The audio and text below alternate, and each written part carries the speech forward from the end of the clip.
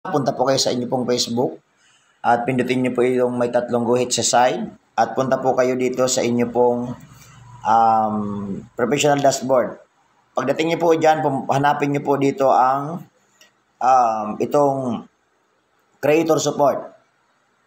Then click creator support. Pagdating po dyan, pindutin nyo yung content audio tools.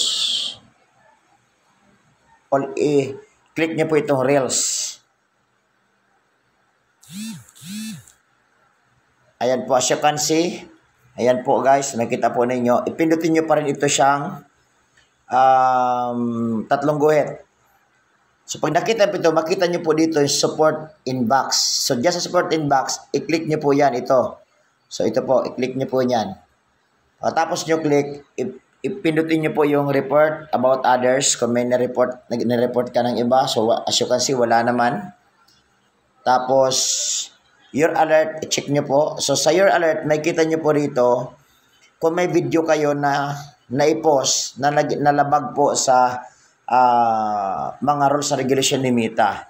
So, as you can see, may nakita po tayo na video na mayroon po tayong na-post na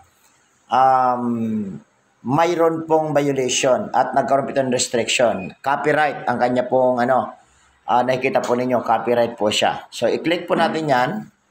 Pagkatapos click natin yan, mga kapatid, so makikita nyo po, ayan po, nag-post ako niyan dati, matagal na po ito, March 19, 2023 pa po siya.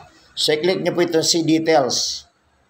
Pagkatapos see details, i-continue nyo lang po. At pagdating po dyan, continue nyo po rin po siya.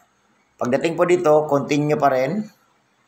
So, makikita nyo po itong option, accept change, submit dispute, or remove. So, para sa akin, mas marapatin kung ma-remove kasi ang pinapakita natin dito, pag-delete, no? Para mawala yung ating violation at maging recommendable po yung ating pong mga Facebook. So, i-delete po natin yan. Yan. Delete.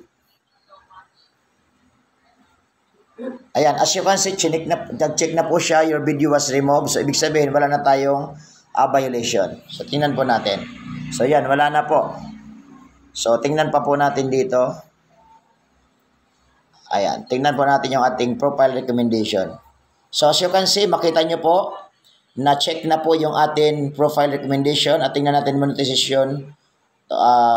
Yan po, mga kapatid, wala na po siya. No monetization violation na po siya. So, yan po yun, no?